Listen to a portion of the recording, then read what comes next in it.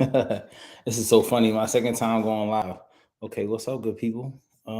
So this is a paper that I wrote in one of my classes. I call this "Dear Negroes," and it's I feel like it can shed some insight into my thoughts, just my thoughts about a topic that tends to brush certain people the wrong way. However, just my thoughts on it. Okay, I'm just gonna read what I wrote. Okay. Okay, so I will take a deep breath and practice mindfulness before I address this as a discussion question. I felt the need to start this way because can become rather uncomfortable to even think about what our African American experience has been in this country. Knowing that many of the descendants of the former slave owners would be excited to have the descendants of the former slaves held captive in chains in 2022, that's tough to ignore. If there are ways to reenact the system of slavery against the Black community and to simultaneously make it look like the Black people in those communities brought it upon themselves, how would it be done? How would it be accomplished? Very subtly and most importantly, very legally. In order to avoid culpability, everything has to be done by the book.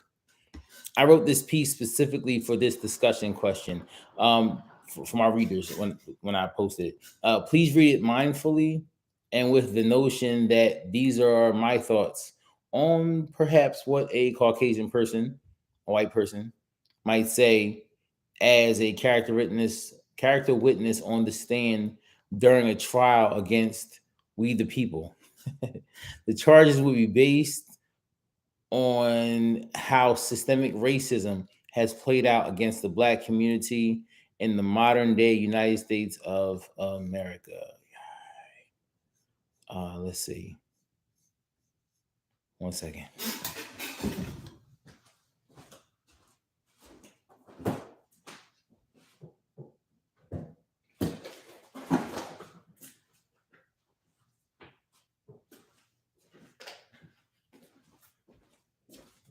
All right, good.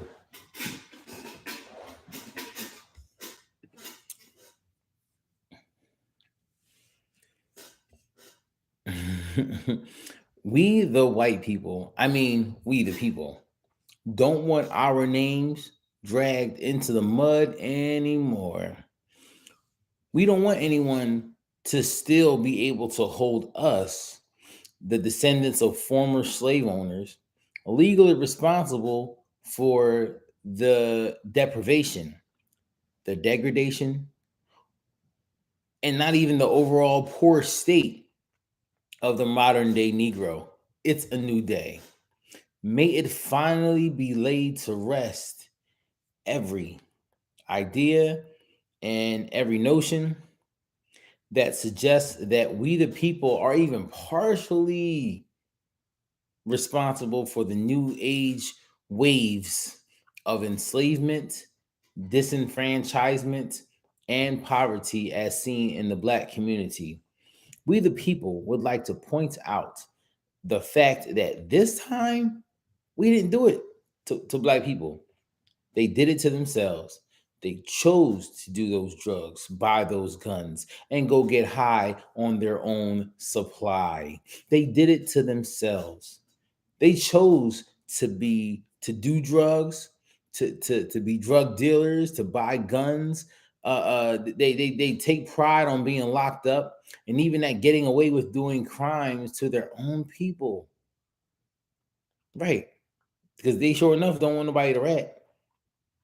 They make fight videos incriminating themselves.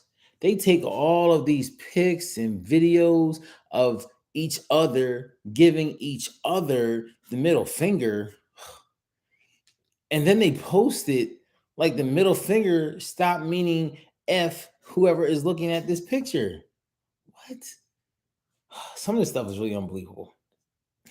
They love showing off and getting over by hitting licks and lying on their taxes as if the IRS is none the wiser.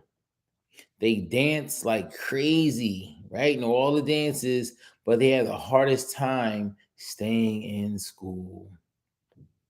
The dropout rates among the Negro male population is indeed a crisis of epic proportions. But that is also something that is inherent within their families and definitely, once again, not our fault. They need to stop getting mad over double standards that other races point out about them, black people. For example, they won't snitch on the person who lives right around the corner when they know he murdered their family member. But black people, y'all will riot and loot stores when one of our beloved police officers is acquitted for defending himself against a known criminal. And why get mad if a non black person uses the N word when all of y'all call each other the same thing? And a whole lot worse, it's like a hypocrite calling someone else the real hypocrite. Two hypocrites calling each other hypocrites is really a wash, honestly. This is crazy. That means both parties are back to being simply imperfect humans who still have some growing to do. Black people have become progressively adept at playing the roles of both the slave and the master, creating what seems to be their own modern day plantations. Hmm, think about it. We, the people, have not enslaved, whipped, or lynched colored people in decades. The overall few incidents which have occurred, they have been handled within our court systems for the most part. So it's safe to say that they have only themselves to blame for their own low standards of living.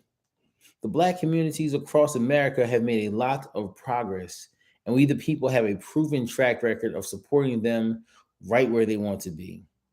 None of them would have been elected to a government office as high up as the executive branch of the United States of America, right? President, if all white people had refused to vote for them. Blacks are making huge strides in the political arenas across the United States. I mean, they even had a black president and now a half Negro vice president of the United States. Land of the free indeed. Mm. This is funny.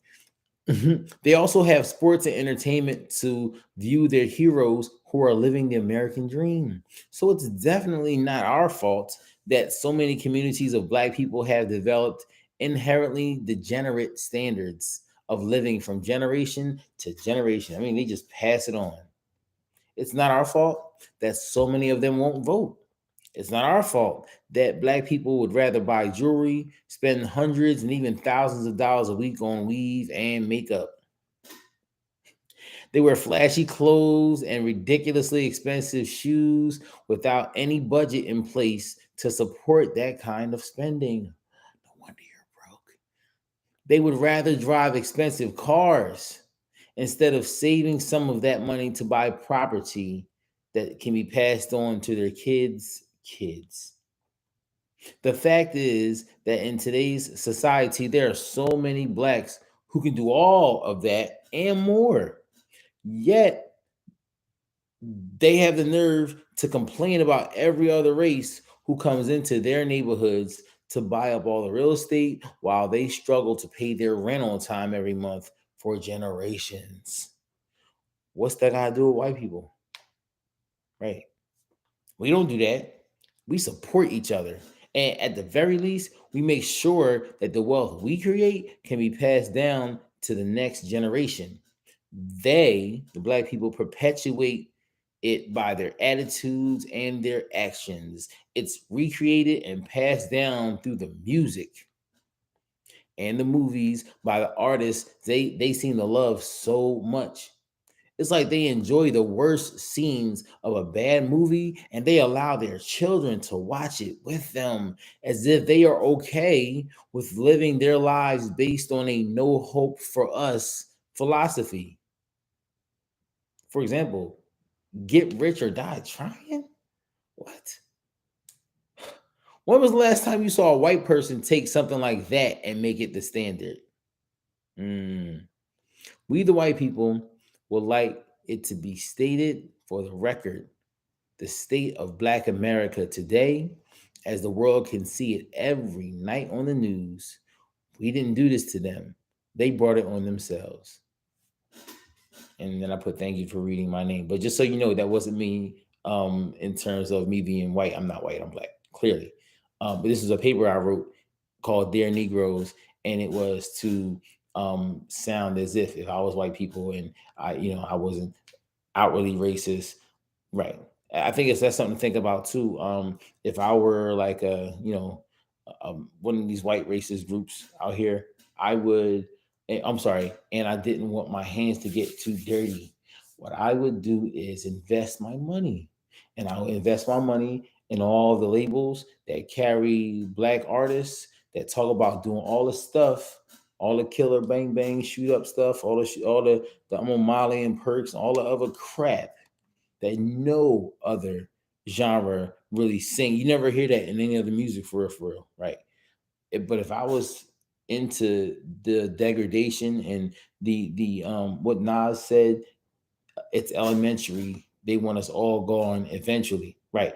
If I really wanted that to be a thing, that's where I would put my money where my mouth is. I would invest in the music labels who produce artists that talk about all this killer, crazy, gangster stuff, so they can keep pumping it into their earbuds. Because you know what goes in, it's got to come out, right?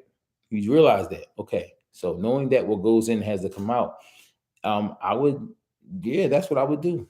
Yep.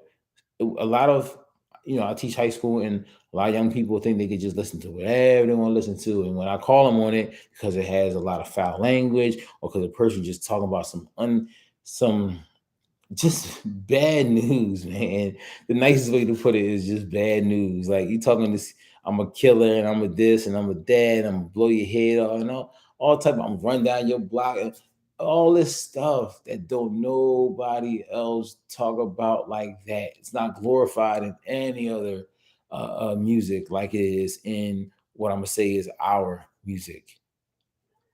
So I think it's so important that we cannot ignore that music is not just music. The heart of the author always follows the music. You gotta be careful what you put in here, because eventually your thoughts start to come out in your speech, because it sits in here for a while. Yep, that's a real thing. So I'm not gonna talk long. Thank you for everybody who watched this video. Hope y'all have a good night. Hey, mom.